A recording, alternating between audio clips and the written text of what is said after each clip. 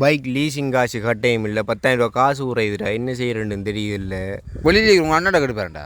அவன் வீட்டுண்டா தருவான்டா, நமக்குண்டா தருவானா? என்னோட கேட்டு பேரன். எதுக்கும் கேட்டு பாப்போம் என்ன. கேட்டு பேர்.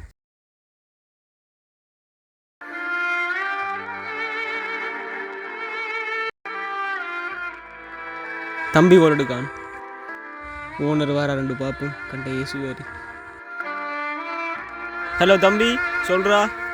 ஓமண்ணா, இந்த பைக்குக்கு லீசிங் கட்ட கொஞ்சம் காசு உறைஞ்சிட்டு காசு கொஞ்சம் அனுப்பிடுமாண்டா. அனுப்பேன். Idiot, do you work. சொரியணும் வேலை இரு. டேய் பண்ணித்தான்டா. டேய் அப்படி செய்வானடா. உங்க இங்க பாருடா, கட் ஆயித்துடா.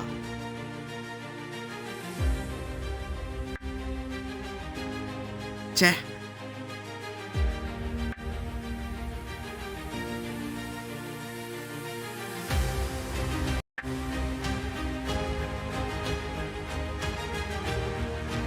டேய் இதுக்குல என்னதுல சோக மாதிரி அவன் வேலையா இருந்து மயில தெரியாம கட் ஓ ஆயிருக்கு. நான் காசுக்குள்ள அவனுக்கு தெரியாம கட் பண்றேன். என்னடா போடா, இவன்ல என்னடா அண்ணன். ச்சே, இவன்கிட்ட போய் கேட்டேன் பாரு.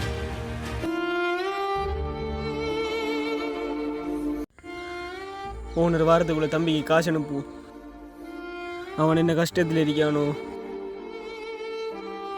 அனுப்பியாச்சு.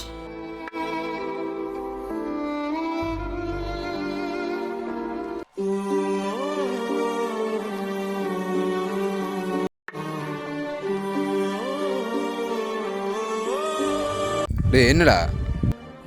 டேய் அண்ணா காசு அனுப்பியிருக்கான்டா.